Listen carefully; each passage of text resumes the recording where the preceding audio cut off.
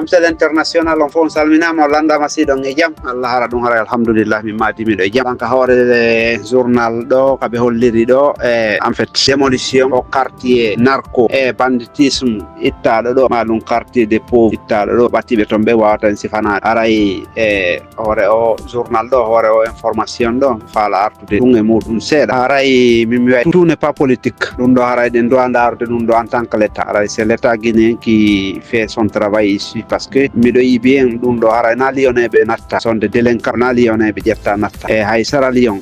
yiɗaɓe yimɓe ko guinéen ɓe woni Sierra Leone waɓe noon yoɓe fellitoray e hay Guinée falatake ɓen on noon adema no way wo kama o hewtitiroyta par ce que ko en tant que kontigui no moƴƴi mo kelɗi mo waɗi ɗo o wonata kama si o waɗi bonnere ɗaɓɓitete e origine makko poɗete ha fiilu hunko yiite hoore nden o nattire to hella ɗon min on haray layi bien ɗo l'état Guinée watta yila si faɗi quartier ji ɓe duwa kaccude o jahiliya wona ɗon o mujrimina yagal wonaka meɗen sino woodi ko luttirɗen e nder lagine haray ko cerveau fayɓe meɗen ɓe haray kalandema arɗo insali e o adna fewdo ɗo ka mondialisation o woodi ɗo ka miile ɗen ɗuuɗi ɗo ka tawata mo ɓe no faala téléphone no faala charge recharge no faala internet no faala moto no faala auto woto hakkilaki seppugol faala coñcila ba e adnan fof no yitidi ɗo ka tawata mbuuɗi ɗi noon quelque chose plus que l'argent e mo ari ɗo e hollugol fayɓe meɗen ɓe miile dasaɓe e vraiment min mi wona dakkoɗe ɗum ɗo haray l'état guinéen no tora jeeja e waɗugol leer action gouvernugol hewre o situation ɗo sécurisegol peuple on sécurisegol fayɓe ɓen par ce que ɗum ɗo wona normal hay sino woni ko miñirawo président de la république on monti si faɗi quartier ji ɗo monti si faɗi barakuji ɗo ko duwaɗi demolede ni sunne lancidire nokke naɓe yimɓe wonɓe wadde ɗum ɗo ɓe ɗo eɓe natte ka frontiére min pour moi ɓa haray pellete ɓe bonni goɗɗum ɓe ñaawe lagui ñaawe taw siɓe nattane saral haray naɓe ƴattiɓe naɓe liɗe ka frontiére haray siɓe natiti saral on haray bonnere siɓe bonni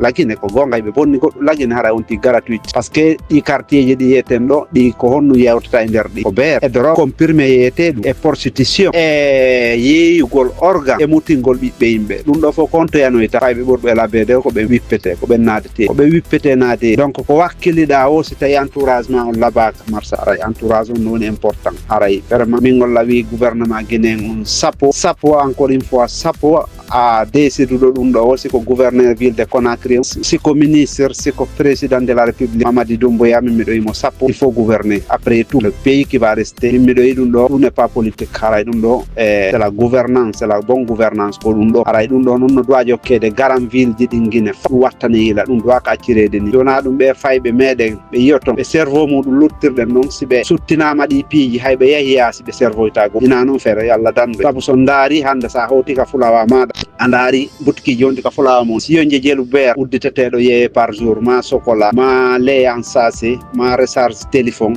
ma ko waytata noon ma coñci ma paɗe ma ɗum ɗon ko wonɓe addata ɗum ɗon ko wonɓe yaade yangoyo yaasi ɓe ko fayi wonɓe jangude lagene hay so tawi woni wi gandal ɗuuɗa piiji ɗin formaki wona bien ko ɓe woni jangude gayna nangga lawol muɗum warto e ɗandiya warto en fof ya Europe ya États-Unis ya partout gollo e addana mawɓe mum ko mawɓe ɓe woni e sodude ɗon sakunninde ko mawɓe ɓe woni wadde ɗo ko mawɓe ɓe woni sartude litre essence woni wadde ɗum ɗo fof tawi woni en hakkille ɓe bonnama aray fusel luttira min miɗo yii bien hay so tawi woni ko kotto an nene goto baba goto jeeyi ɗo quartier mari barakuru ɗo yondu lance yondu sunne yo ñaawe taw so natte kaw nattete min on vraiment ɗon komi hayni konko sappo e desiduɓe ɗum ɗo ɓen hiɗi lutti noon hiɗi heewi hiɗi heewi tef nokkeli goo ko torete ko si sumaydare kewɗi feer ma yiɗi déplacé kadi won ɗo vraiment e ɗum ɗo moƴƴanani min on layi bien e gouvernement golle maɓɓe ɗen noon encore une fois e sappode ɗum ɗo c'est que il faut faire par ce que e ko gouvernement ɗo ɓe yahay janggo haray ɓe ala ko luttata ɗo o ko pays on e yimɓe ɓen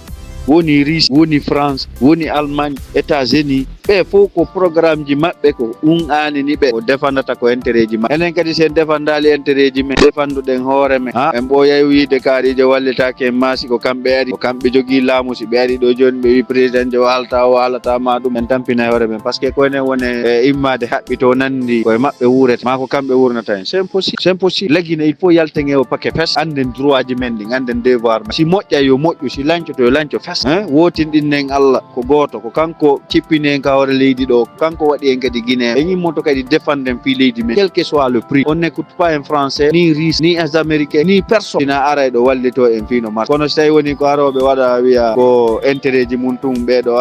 aray no ɓe wallitoto ɓe hay fusi ɓe wallitota ko intérêt maɓɓe personnel ɓe defata intérêt maɓɓe personne kono noon sen haɓɓitike en wawata wurude hina ɓawa ɓeeɗa yewta histoire ji ɓeeto e ɓeeɗo immoɗen ƴetta responsabilité kande leydi men harayno fenɗo hettino ton gonga harayno hettino gonga goɗɗo wallitotako ma kama no ɓutti goɗɗo wallitotako ma sonkali kama si wuli ha a deƴƴi a wiya muñoto e hoore ɗum ɗo arɗo o feƴƴay kala dambugal ma landotako konno fe kono so tawi tun toon no waɗa gurdu ora o daro inna kodi jam ɗum fewni lagina ɗo en jooɗi jokke haaju men ɓe no kinnapa yimɓe no waɗani en partage audio ɗumanno c'est-à-dire en ɓurtay retardude